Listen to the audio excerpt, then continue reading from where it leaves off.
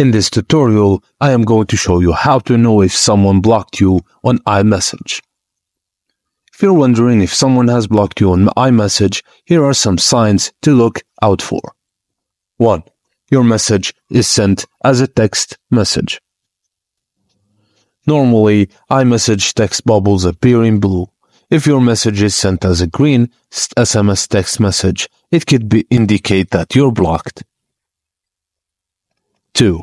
Read receipts are not appearing. After sending an iMessage, you typically see a red receipt indicating when the other person opened it.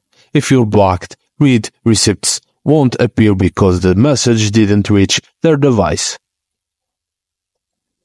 3. You can't reach your contact by call or other apps.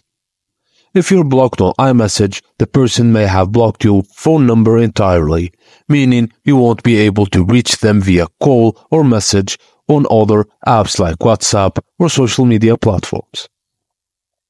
4. You can reach your contact from other numbers.